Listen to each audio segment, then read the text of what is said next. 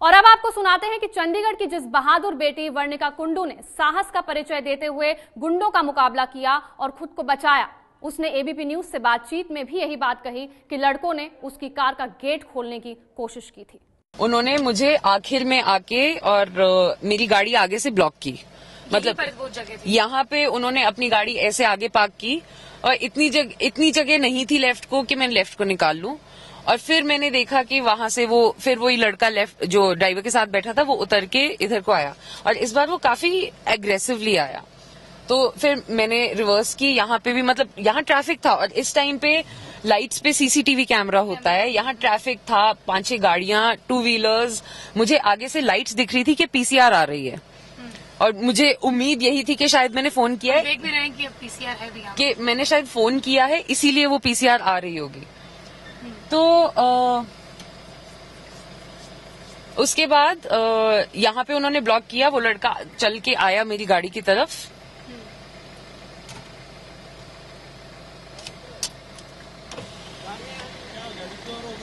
Sir interview कर रहे हैं। हम यहाँ पर देख भी रहे हैं कि पीसीआर जो है वो चेक भी कर रही है, ट्रैफिक पुलिस यहाँ पर है और सारी जितनी भी गाड़ियां हैं उन सभी को चेक कर रही है। क्या उस दिन भी ऐसा हुआ था क्या?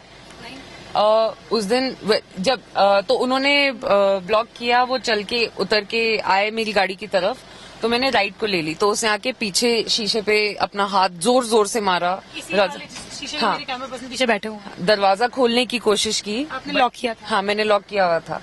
इतने में वो पुलिस आई और मैंने देखा कि और मैं हॉर्न भी बजा रही थी ताकि लोगों को पता चले कि यहाँ कुछ हो रहा है। तो इतने में पुलिस आई और मैंने देखा कि वो भाग के वहां से आ रहे थे और वो सीधा उन्हीं की गाड़ी की तरफ जा रहे थे, क्योंकि उन्हें नंबर तो पता था और कि कौन सी गाड़ी है क्या है। तो वो उनकी गाड़ी की तरफ गए और काफी ट्रैफिक था।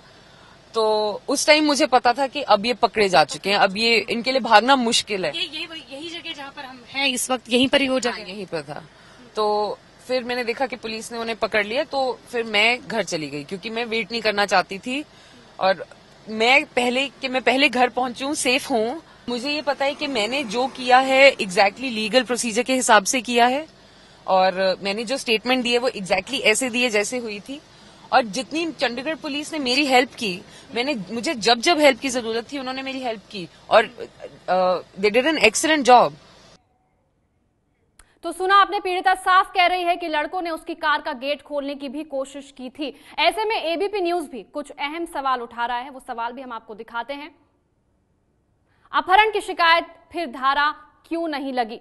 जब किडनैपिंग की शिकायत की गई तो फिर एफआईआर में अपहरण की धारा क्यों नहीं लगाई गई? ये सबसे बड़ा सवाल है, क्योंकि अपहरण की शिकायत एफआईआर का हिस्सा नहीं थी, इसी वजह से इन लड़कों को बेल मिल गई। आरोपी बीजेपी नेता का बेटा क्यों छूट गया? ये भी सवाल लोग उठा रहे हैं। आरोपी बीजेपी नेता का बेटा आखिर क्यों छूट गया? बीजेपी नेता का बेटा था, इस वजह से ये छूट गया? क्या पुलिस पर किसी तरह का कोई दबाव था? आरोपी बीजेपी नेता का बेटा नहीं होता तो क्या ये छूट जाता? अगर इसकी जगह कोई आम आदमी होता, कोई आम लड़का होता, तो क्या इतनी आसानी से थाने से इसे बेल मिल जाती? क्या वो छूट जाता? आरोपी अगर बीजेपी नेता का बेटा नहीं होता तो क्या वो छूट पाता? हरियाणा के अध्यक्ष पर बीजेपी कार्रवाई करेगी? क्या नैतिकता के आधार पर उनका इस्तीफा मांगा जाएगा? किसी तरह की कोई कार्रवाई की जाएगी? हरियाणा के अध्यक्ष पर बीजेपी क्या कोई कार्रवाई करेगी? और इस मामले पर हरियाणा बीजेपी के प्रवक्ता जवाहर यादव हमारे साथ जुड़ गए हैं। बहुत बहुत स्वागत है आपका जवाहर यादव जी। मेरा सबसे पहला सवाल तो आपसे ये है कि बेटी बचाओ बेटी पढ़ाओ का नारा लगाती है बीजेपी, क्या सिर्फ बेटों को ही बचाया जा रहा है? पर्सन किसी भी व्यक्ति का, चाहे वो मेल हो चाहे फीमेल हो, किसी के साथ कोई भी गलत हरकत नहीं होनी चाहिए। किसी के भी स्वतंत्रता में कोई भी बाधा बनता है वो गलत है। तो यहाँ भारतीय जनता पार्टी बचा रही है, ये आप गलत कह रहे हैं कि हम किसी को बचाने का प्रयास कर रहे हैं। जो शिकायत करता है, आपके चैनल पे ही मैंने सुना और कल भी देखा, आपके चैनल पर अभी शिकायतकर्ता खुद कह रही हैं कि पुलिस ने एक्सीलेंट काम किया, पुलिस ने गुड जॉब की। इसका अर्थ यह है कि जो पीड़िता है, जो शिकायत करता है, वो पुलिस की कार्रवाई से संतुष्ट है, यानी कि पुलिस ने जो स्टेप उठाने चाहिए थे उसकी तारीफ वो करिए जो शिकायत करता है। इसी तरह शिकायतकर्ता ने जो मजिस्ट्रेट के सामने पीड़िता ने किडनैपिंग की बात साफ कही है, किडनैपिंग की अटेम्प्ट की कोशिश की गई। पीड़िता ये कह रहे हैं, देखिए पीड़िता ने जो 164 का बयान दिया, जो मजिस्ट्रेट के सामने दिया हुआ बयान है, ऑफिशियल बयान जो है मैं उसकी बात मानूंगा या आप जो कहेंगे उसकी बात मानूंगा। एविडेंस ये जो 164 के बयान है उसके आधार पर इसमें किडनैपिंग का केस नहीं बना, और जो आपने अभी शिकायतकर्ता का बयान दिखाया ये उनकी जमानत होने के बाद का बयान है, उससे पहले का बयान नहीं है। यानी कि जब शिकायतकर्ता संतुष्ट है पुलिस की कार्रवाई से, शिकायतकर्ता के परिवार की एक भी कंप्लेंट नहीं है कहीं भी किसी तरह की जहां ये कहा गया हो कि कोई राजनीतिक दबाव माना जा रहा है, दिया जा रहा है, तो शिकायतकर्ता को न्याय मिले ये हम सब चाहते हैं। तो वो कानून जवाहर जी, ये बेटी जिसने इन गुंडों का डटकर मुकाबला किया है, इसने ये साफ कहा है कि पुलिस ने गनीमत रहा कि पुलिस वक्त पर आ गई और पुलिस का शुक्रिया अदा कहा है, लेकिन साथ ही ये भी कहा है कि मामला अब यहां से आगे बढ़ेगा, यानी कि उसको ये उम्मीद है कि इनके खिलाफ कार्रवाई की जाएगी। देखिए, अब सारा का सारा विषय माननीय न्यायालय ने तय करना है। अगर माननीय न्यायालय में ये दोषी सिद्ध होते हैं तो सजा मिलनी चाहिए, माननीय न्यायालय निर्दोष करता है तो उनको छूट जाएंगे। हम ये कह रहे हैं जिसने भी गलत किया होगा उसको सजा मिलनी चाहिए। हम शिकायतकर्ता परिवार के साथ खड़े हैं, परंतु हमारा कोई दबाव या तो सुभाष बराला जी का अगर कोई दबाव किसी भी तरह से परिवार ये कह दे कि सुभाष बराला जी का दबाव कहीं पुलिस पे पड़ा हो, पुलिस के काम की वो तारीफ कर रहे हैं, पूरे परिवार ने कहीं राजनीतिक हस्तक्षेप की बात नहीं की, तो मुझे लगता है इसको इस रूप में देखना चाहिए कि विकास बराला और उसके एक साथी ने किसी एक लड़की के साथ कोई ऐसी हरकत की जो नहीं करनी चाहिए, जैसा पीड़िता का आरोप है, उसके ऊपर कानून अपना काम करे। हमारी गलती तब हो जब हम ये कह रहे हो कि हमारा कोई राजनीतिक दबाव है, यानी कि हम शिकायतकर्ता की भावनाओं का भी सम्मान नहीं करना चाहते। हमारे लिए पहली और आखिरी प्राथमिकता क्या है कि जो शिकायत करता है उसको लगना चाहिए, उसको पता होना चाहिए कि उसके साथ जस्टिस हो रहा है। परिवार तारीफ कर रहा है, शिकायतकर्ता खुद तारीफ कर रहे हैं, परंतु जिनको इस विषय पे राजनीतिक की रोटियां सेकनी है, जो अपनी जमीन खोई हुई जमीन तलाश करना चाहते हैं, उनका बयान कुछ भी हो सकता है। शिकायतकर्ता का पहला और आखिरी बयान, हमारी पहली प्राथमिकता शिकायतकर्ता है, ना कि कोई अन्य व्यक्ति। लेकिन जवाहर जी, सवाल इसलिए भी खड़े हो रहे हैं क्योंकि जो अहम सुराग है, जो अहम एविडेंस है, सीसीटीवी की फुटेज है, वो भी गायब हो गई है। उस पर भी आऊंगी आपके पास, लेकिन फिलहाल कांग्रेस प्रवक्ता रणदीप सुरजेवाला भी हमारे साथ जुड़ गए हैं। रणदीप जी, इस पूरे मामले पर आपकी सबसे पहली प्रतिक्रिया मैं चाहूंगी।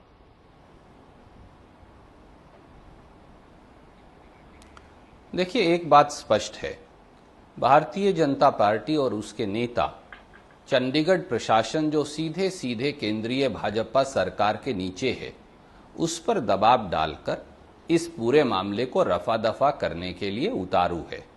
मैं आपसे, आपके समक्ष बड़ी विनम्रता से और आपके दर्शकों के समक्ष ये रखता हूं, अगर शराब में धुत कई गुंडे एक लड़की की गाड़ी का 7 किलोमीटर तक पीछा करें, कई बार उस युवती की गाड़ी को रोकने का प्रयास करें और आखिर में उस युवती की गाड़ी का दरवाजा खोल उसमें घुसने का प्रयास करें, और युवती ये बयान दे कि मुझे ये सीधा सीधा खतरा था कि अगर आज ये किसी तरह से कामयाब हो जाते तो बलात्कार जैसी दुर्घटना भी हो सकती थी। क्या ये मैं आपके समक्ष रखता हूं, क्या ये outraging the modesty of A women और अटेम्प्टेड एब्डक्शन यानी जबरन अगवा करने का केस नहीं? और अगर ये सीधे तौर पर प्रथम दृष्टि पर ये मुकदमा है, तो चंडीगढ़ प्रशासन ने ये मुकदमा दर्ज क्यों नहीं किया? पहला सवाल, क्या ये नहीं दर्शाता कि इसमें कहीं ना कहीं केंद्रीय भाजपा सरकार यानी गृह मंत्री और पीएमओ का सीधा हस्तक्षेप रहा है? दूसरा सवाल, 7 में से 5 टेलीविजन कैमरास की, और मैं एबीपी को साधुवाद देता हूं इस बात के लिए कि आपने इसे उजागर किया, टेलीविजन फुटेज गायब हो जाती है सीसीटीवी की, तो इसका मतलब जो सीसीटीवी कैमरा जो सबसे इंपॉर्टेंट लिंक एविडेंस है वो ही गुम हो गया। मुकदमे की अभी तक सुनवाई क्या कहीं तफ्तीश चालू नहीं हुई, तो ऐसे में ये क्या दर्शाता है? क्या ये भाजपा के दबाव को नहीं दर्शाता? और तीसरा, जब ये दोनों बातें साफ थी, युवती के बयान साफ थे, जबरन अगवा करने की कोशिश साफ थी, उनके साथ जबरदस्ती करने की कोशिश साफ थी, तो मुकदमा दर्ज क्यों नहीं हुआ? 10 घंटे के अंदर जमानत कैसे दे दी गई? इन तीनों बातों से साफ है भारतीय जनता पार्टी का असली चाल चेहरा और चरित्र। एक तरफ बोलते हैं कि हम युवती और परिवार के साथ हैं, मैं उस युवती को और उनके पिता दोनों को भी इस बात के लिए साधुवाद देता हूं कि उन्होंने स्टैंड लिया। हमारा केवल ये कहना है, हमारी लड़ाई व्यक्ति विशेष से नहीं, हमारी लड़ाई इस मामले में पूरे समाज की सिद्धांत की है और सिद्धांत के अनुरूप कार्रवाई होनी चाहिए। अब या तो गृह मंत्री और प्रधानमंत्री कार्यालय से चंडीगढ़ एडमिनिस्ट्रेशन को निर्देश दिए जा रहे हैं और अगर नहीं दिए जा रहे तो उचित कार्रवाई हो। किसी व्यक्ति विशेष से रंजिश का मामला नहीं, कानून तर्क संगत तरीके से लागू हो, उस युवती और उसके परिवार को न्याय मिले, केवल इतना है। धन्यवाद। लेकिन आपकी मांग क्या है रणदीप जी, किस तरह की कार्यवाही की आप मांग कर रहे हैं? देखिए, जैसा मैंने आपको बताया इतने स्पष्ट शब्दों में, मैंने आपसे विनम्रता से कहा कि आप यू बी द जज, आप जज बने इस बात के। कोई शराब में धुत गुंडे 7 किलोमीटर तक किसी युवती का पीछा करें, उसकी गाड़ी को रोकने का प्रयास करें, उसकी गाड़ी का दरवाजा खोलकर उसमें जबरन घुसने का प्रयास करें और युवती ये बयान दे पुलिस को कि अगर आज इन सब बातों के बावजूद भी इनको ना रोका जाता तो कोई भी अप्रिय दुर्घटना हो सकती थी। ये तो उस युवती का साहस है कि उसने स्टैंड लिया और बदमाशों को गिरफ्तार करवाया। तो क्या ये जबरन अगवा करने का आप निर्णय करें, छोड़ दीजिए बीजेपी कांग्रेस या ये, क्योंकि पार्टियों का विवाद नहीं, आप निर्णय करें कि क्या ये जबरन अगवा करने का मामला नहीं, क्या ये outraging of modesty of A women का मामला नहीं, तो ये दोनों मुकदमे दर्ज क्यों नहीं किए? मैं एक हिंदुस्तानी के तौर पर ये पूछता हूं। और सीसीटीवी फुटेज गायब कैसे हो जाती है? ये इन दोनों बातों का जवाब बीजेपी नहीं दे पा रही। मैं बीजेपी से वाद विवाद में पड़ने के लिए यहां नहीं आया, केवल यह है कि जो पूरा देश चाहता है संपूर्ण न्याय मिले, निष्पक्ष न्याय मिले। और एक आपको मैं याद दिलवाना चाहूंगा, हरियाणा में एक पूरा बहुत वरिष्ठ मंत्री थे, उनके बेटे से एक हादसा हो गया था, तब मोदी जी ने, राजनाथ सिंह जी ने, सुषमा स्वराज जी ने, रामविलास शर्मा जी ने तब उनके इस्तीफे की मांग की थी, इसलिए कि बेटे से हादसा हुआ।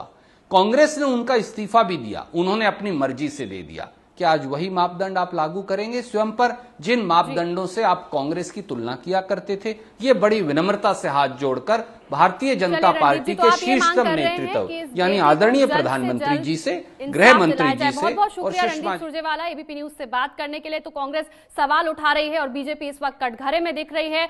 तो बीजेपी नेता का बिगड़ायल बेटा आखिर कैसे छूट गया और क्या इसी तरह बीजेपी बेटियों को बचाएगी? सवालों का जवाब दे रहे हैं बीजेपी के प्रवक्ता जवाहर यादव। जवाहर जी, मेरा आपसे अगला सवाल ये है कि जो अहम सुराग जो कि सीसीटीवी फुटेज में थे, 9 कैमरास में से 6 की फुटेज गायब है, इस पर क्या कहेंगे आप? देखिए, आपके प्रश्न का उत्तर देने से पहले अभी रणदीप सुरजेवाला जी यहां बोल रहे थे, उन्होंने अच्छे से अच्छे शब्दों का इस्तेमाल किया, पर अच्छा होता वो डिबेट करते तब सच्चाई उजागर होती। उन्होंने पीएमओ और सीएमओ तक इसमें डाल दिया, जबकि ये चंडीगढ़ का क्षेत्र है और उन्होंने बड़ी नैतिकता की बात की। ये खुद विधानसभा के सदस्य थे, मंत्री थे, इनके मंत्री लोग, मैं इसको पॉलिटिकल नहीं बनाना, परंतु उनको जवाब देना जरूरी है। वो चले गए परंतु दर्शक देख रहे हैं। इनके मंत्री, इनके विधायक अटेम्प्ट टू मर्डर, रेप के चार्जेज में, लोगों की हत्या के चार्ज में गए, इनके मुंह से एक शब्द नहीं निकला विधानसभा में। मैं उससे सहमत नहीं हूं, परंतु एक विपक्षी पार्टी ने उस समय के मुख्यमंत्री के ऊपर महिला के सीधे आरोप के पत्र दिखाए विधानसभा में। सीधा आरोप मुख्यमंत्री के ऊपर था, विपक्षी दूसरी पार्टी ने दिखाए, तब इनके मुंह से एक शब्द नहीं निकला। आज मैं ये कहना चाहता हूं, उन्होंने साधुवाद दिया शिकायतकर्ता को और उसके परिवार को। निश्चित रूप से साधुवाद देना चाहिए, परंतु साधुवाद देना चाहिए कि शिकायतकर्ता ये कह रही हैं कि पुलिस ने अच्छा काम किया। आप साधुवाद दीजिए ना। जब जो शिकायत करता है वो पूरी की पूरी पुलिस प्रक्रिया से संतुष्ट है, ऑफिशियली बयान वो माना जाता है जो न्यायालय के समक्ष होता है।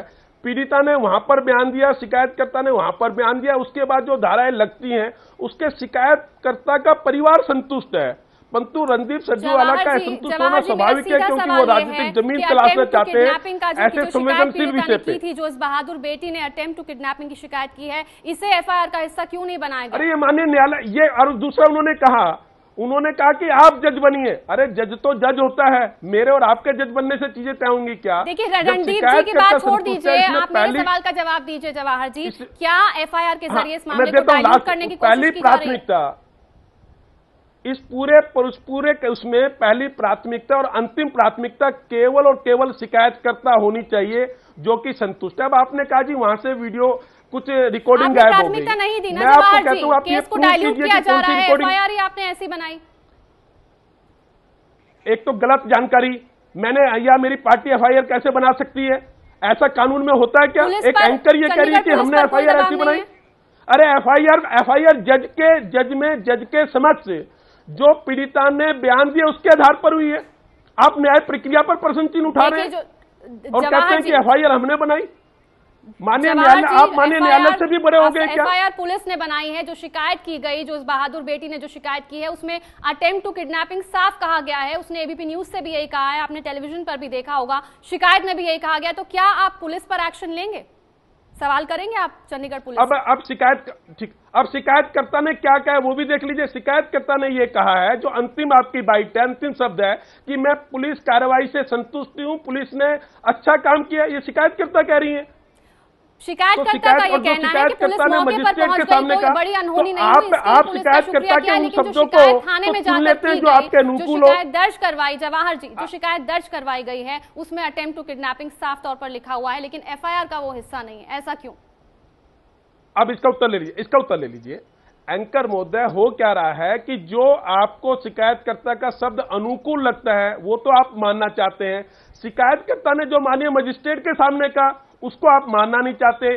शिकायतकर्ता ने यह कहा कि पुलिस ने अच्छा काम किया, तो सबसे अंतिम बाइट है शिकायतकर्ता की, और अंतिम बाइट ही आखिरी बाइट मानी जाती है, जो ऑफिशियल बाइट मानी जाती है। जवाहर जी, ये तो हम भी मान रहे हैं कि पुलिस ने अच्छा काम किया है, पुलिस मौके पर वक्त पर पहुंच गई और लड़की बच गई।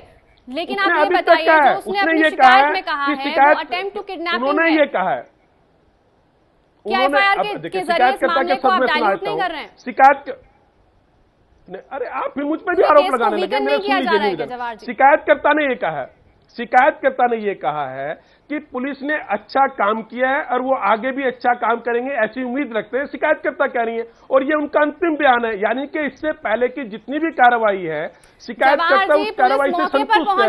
उसके परिवार ने ये नहीं कहा कि कोई भी राजनीतिक हस्तक्षेप नहीं हुआ। बेटी ने भी हमसे यही कहा है, लेकिन जो शिकायत की गई, जो कह रही है साफ तौर पर कि गाड़ी को रोका गया, गाड़ी को रोककर खिड़की का दरवाजा खटखटाया गया, दरवाजा खोलने की कोशिश की गई, उसके आधार पर जो धाराएं बनती थी वो लगी, और उसके बाद शिकायतकर्ता ये कह रही है कि पुलिस ने अच्छा काम किया। यानी कि आप संतुष्ट नहीं है, शिकायतकर्ता संतुष्ट है। आपकी संतुष्टि चाहिए या शिकायतकर्ता की संतुष्टि चाहिए? मेरे लिए शिकायतकर्ता की संतुष्टि, उसके परिवार की संतुष्टि पहला और आखिरी है, मिशन है। आपकी संतुष्टि मिशन नहीं है। मिशन संतुष्टि शिकायतकर्ता की संतुष्टि होनी चाहिए। हमारे लिए मिशन वो है, किसी राजनीतिक पार्टी को संतुष्ट करना, किसी मीडिया कर्मी को संतुष्ट करना वो नहीं है। शिकायतकर्ता हर हालत में संतुष्ट होना चाहिए। शिकायतकर्ता संतुष्ट है।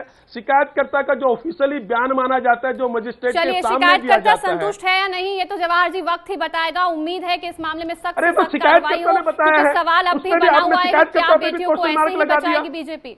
जी, आपने शिकायतकर्ता पे भी प्रश्न चिन्ह लगा दिया कि वो संतुष्ट है नहीं है। वो कह रही है मैं संतुष्ट हूँ, आप उन पर भी प्रश्न चिन्ह लगा रहे हैं। संतुष्ट है, लेकिन ये वक्त बताएगा कि वो जो आगे जो कार्रवाई होगी उससे पीड़िता संतुष्ट तो माननीय न्यायालय तय करेगा। किसी तरह का दबाव उसके बाद तो माननीय न्यायालय तय करेगा। पहले पुलिस की कार्रवाई, पहला फेस है, वो पुलिस की कार्रवाई से संतुष्ट है। पुलिस की कार्रवाई का जो सबसे पहला जो स्टेप होता है, जो एफआईआर दर्ज की गई है, उसके जरिए ही आपने इस पूरे मामले को कमजोर बना दिया है। जवाहर जी, चलिए, आप मानने को तैयार नहीं है, बहुत बहुत शुक्रिया। वक्त की कमी है, को नहीं लगता, वक्त की कमी है जवाहर जी, बहुत बहुत शुक्रिया एबीपी न्यूज से बात करने के लिए। सवाल अब भी बना हुआ है, बीजेपी अब भी कटघरे में खड़ी हुई है। सवाल यह है कि क्या बीजेपी अपने प्रदेश अध्यक्ष के खिलाफ कार्रवाई करेगी और क्या इस बहादुर बेटी को इंसाफ दिलाएगी? ये है एबीपी न्यूज, आपको रखे आगे।